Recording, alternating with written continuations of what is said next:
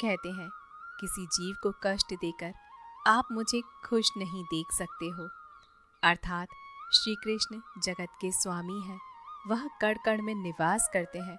छोटे से छोटे जीव के हृदय में ईश्वर का वास होता है। उस जीव को कष्ट का अनुभव होना ईश्वर को कष्ट का अनुभव करवाता है।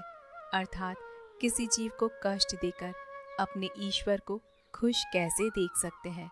अर्थात हमें जीवन में कभी भी किसी भी जीव को कष्ट नहीं देना चाहिए। अगर हमने किसी जीव को कष्ट दिया, इसका मतलब हम साक्षात ईश्वर को कष्ट दे रहे हैं। जो हुआ अच्छा हुआ, जो होगा अच्छा होगा। स्वयं को मुझ पर छोड़ दो, अपने कर्म पर ध्यान दो। कर्म ऐसा जो स्वार्थ रहित और पाप रहित हो। अर्थात कृष्ण अपने भक्तों को कर्म का मार्ग दिखाना चाहते हैं। वह कहते हैं, अपने कर्म समाज के प्रति और मानव कल्याण के प्रति केंद्रित करते हुए करो। बाकी फल की चिंता मत करो। उन सभी कर्मों को मुझे समर्पित करो। इस मार्ग को अपनाकर तुम मुझे प्राप्त कर सकते हो, मेरे प्रेम का भागीदार बन सकते हो। जो अपने मन पर नियंत्रण नहीं रखता, वह स्वयं का धीरे धीरे शत्रु बनता जाता है। अर्थात मनुष्य का मन सदैव से चंचल रहा है। इस मन की चंचलता ने मनुष्य को पथ भ्रष्ट तथा मार्ग से विचलित करने में कोई कसर नहीं छोड़ी। जो व्यक्ति अपने मन को नियंत्रण में नहीं रखता, वह धीरे धीरे स्वयं का शत्रु बन जाता है। अर्थात मनुष्य को हमेशा अपनी इंद्रियों पर नियंत्रण रखना चाहिए और अपने मन को हमेशा काबू में रखना चाहिए। ज़्यादा हंसने और बोलने वाला व्यक्ति अगर चुप हो जाए तो मान लेना वह भीतर से टूट चुका है। अर्थात जो व्यक्ति सदैव हंसता खेलता मुस्कुराता रहता हो, अगर वह अपने स्वभाव से भिन्न हो जाए, अर्थात चुपचाप गुमसुम और उदास रहने लगे, तो समझना उसके हृदय में एक पीड़ा है। उस पीड़ा ने उसे कमज़ोर बना दिया है। जिस व्यक्ति के पास संतुष्टि नहीं है, उसे कितना भी फल मिल जाए वह असंतुष्ट ही रहेगा। अर्थात जिस व्यक्ति के पास संपूर्ण धन दौलत ऐश्वर्य वैभव सब है, परंतु वह संतुष्ट नहीं है, उस धन दौलत का कोई अर्थ नहीं। वह मनुष्य सदैव असंतुष्टि की स्थिति में ही रहेगा। जिसके पास संतुष्टि है, वह थोड़े में भी संतुष्ट हो जाता है।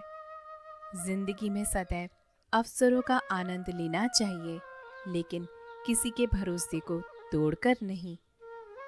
अर्थात जिंदगी में भरोसा एक ऐसी चीज है जिसे प्राप्त करना वर्षों की मेहनत के समान है।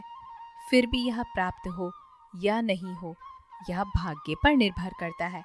किंतु भरोसे को तोड़कर पुनः प्राप्त करना संभव नहीं है।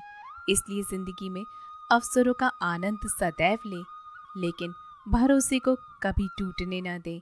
जो भरोसा बना है उसे बरकरार रखें। प्रेम में कोई वियोग नहीं होता, प्रेम ही अंतिम योग है, अंतिम मिलन है। अर्थात प्रेम कभी न समाप्त होने वाली प्रक्रिया है। जिस व्यक्ति को प्रेम हो जाता है, वह फिर जीवन और जीवन के बाद भी प्रेम के वशीभूत रहता है। प्रेम को प्राप्त करने के लिए त्याग, तपस्या और योग का सहारा लेना पड़ता है। कभी भी स्वयं पर घमंड मत करना। पत्थर भी भारी होकर पानी में अपना वजूद खो देता है। अर्थात जो व्यक्ति अपने अहंकार से भारी हो जाता है, जिसमें अभिमान भर जाता है, वह उस पत्थर की भांति होता है जो भारी होने के बावजूद भी नदी की धारा में डूबकर अपना अस्तित्व खो देता है। अर्थात हमें कभी भी घमंड नहीं करना चाहिए। हमेशा भगवान के नतमस्तक होकर अपना जीवन व्यतीत करना चाहिए। अगर ईश्वर तुम्हें ज़्यादा परीक्षा करा रहे हैं, हो सकता है जितना तुमने मांगा उससे ज़्यादा देने वाला हो। अर्थात अगर किसी लक्ष्य, खुशी या सफलता की प्राप्ति में आपको लंबा समय लग रहा है, प्रतीक्षा की अवधि काफ़ी अधिक है, तो हो सकता है कि आपकी अपेक्षा से ज़्यादा भगवान आपको देने वाले हैं। अपने कर्म पर अडिग रहिए और विश्वास रखिए उस ईश्वर पर जो आपके कर्म की सिर्फ परीक्षा ले रहे हैं, मगर अंत में वह आपको इतना देने वाले हैं जितना कि आपने कभी उम्मीद भी ना की हो। जीवन ना तो भविष्य में है और ना ही अतीत में है। जीवन तो बस इस पल में है, केवल इस पल में। अर्थात जो लोग जीवन को भूत और अतीत के भरोसे छोड़ देते हैं, उन्हें श्री कृष्ण सावधान करते हैं। जीवन का अर्थ ना भूत है ना भविष्य। जीवन केवल और केवल वर्तमान है।